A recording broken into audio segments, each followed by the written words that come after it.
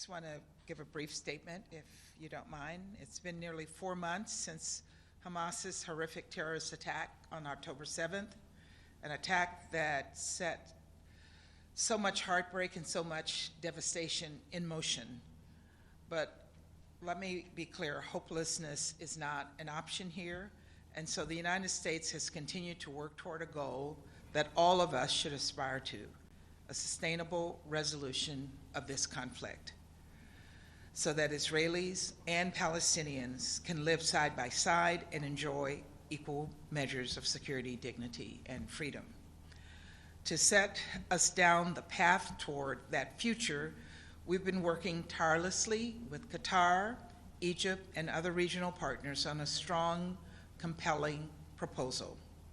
Our engagement is the best opportunity to reunite all hostages with their families.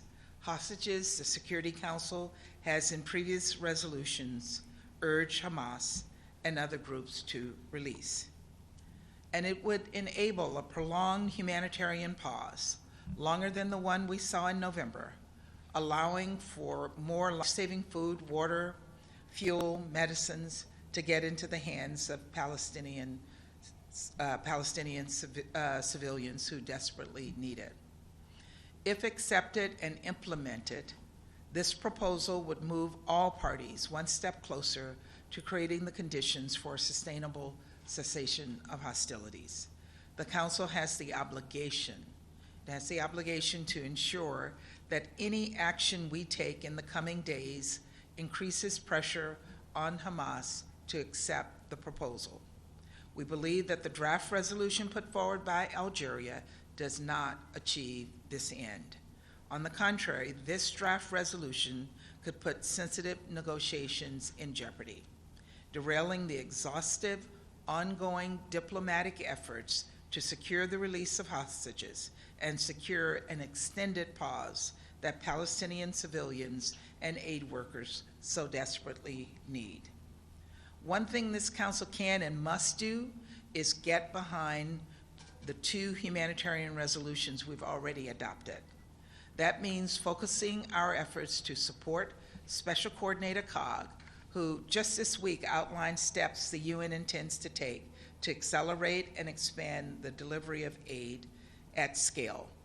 Her success, and we've been clear on this, her success is the UN's success in Gaza. We cannot afford to undermine her efforts or the sensitive negotiations taking place as we speak. Of course, for these efforts to work, the United Nations must be situated to expand the provision of aid.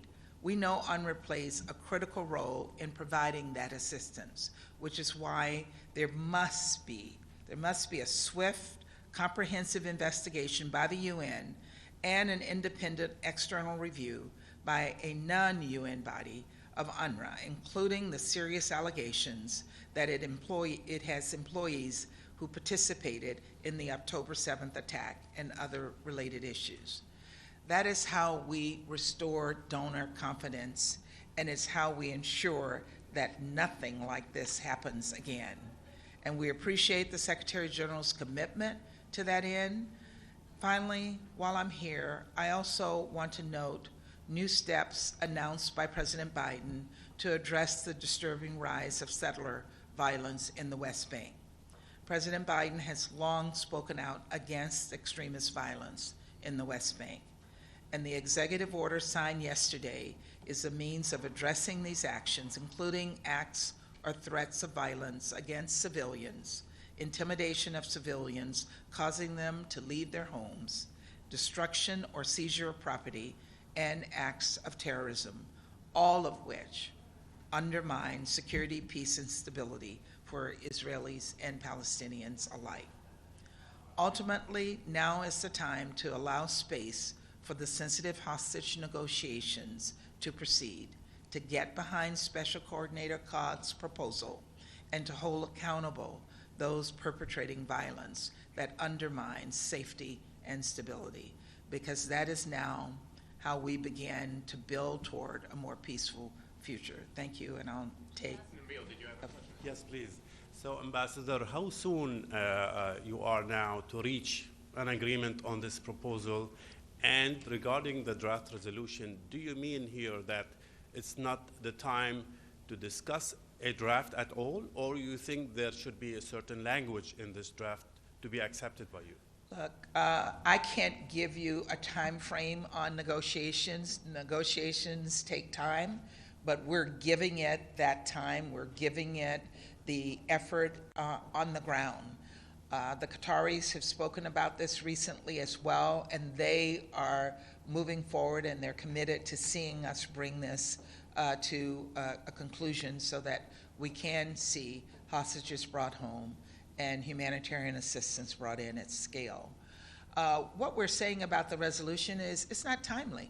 We have 2 resolutions right now that we're working to implement that deals with the humanitarian situation.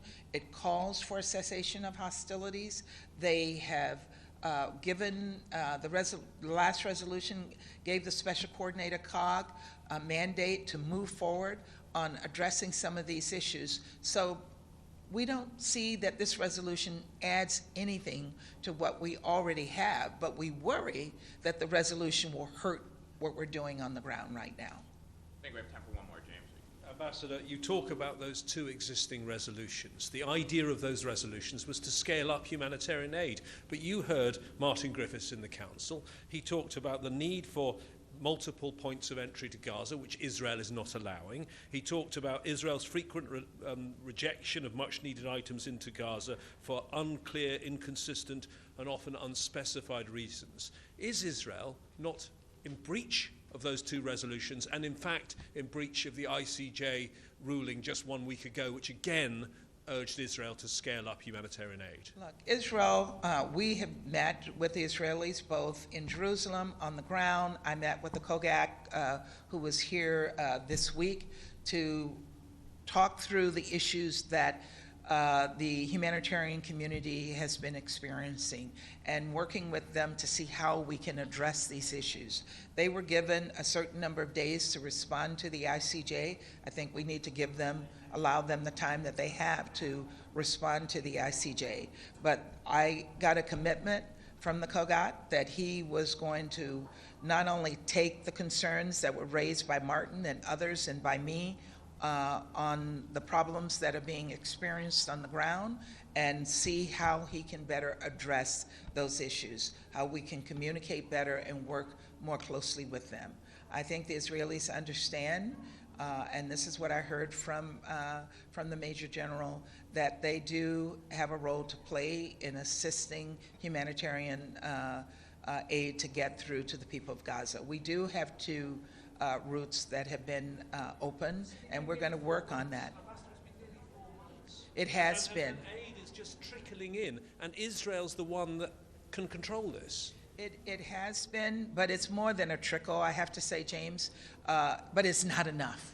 It is absolutely not enough, and we're working with all sides. There's a tremendous amount of blame in terms of the blockages being put on the Israelis.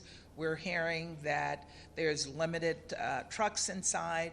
We're working on these issues. This is something that we have people on the ground working on every single day. And not only are we working with the Israelis, we're working with the UN. There's a security situation on the ground as well, and we have to be able to address those issues to ensure that the aid that we know that the people of Gaza are in need of, that it gets through. And again, I can't say more strongly that this is our highest priority. Thanks, everyone. Sorry, we got it wrong. Sorry. Thank you, guys. Have a good weekend. Have a nice weekend.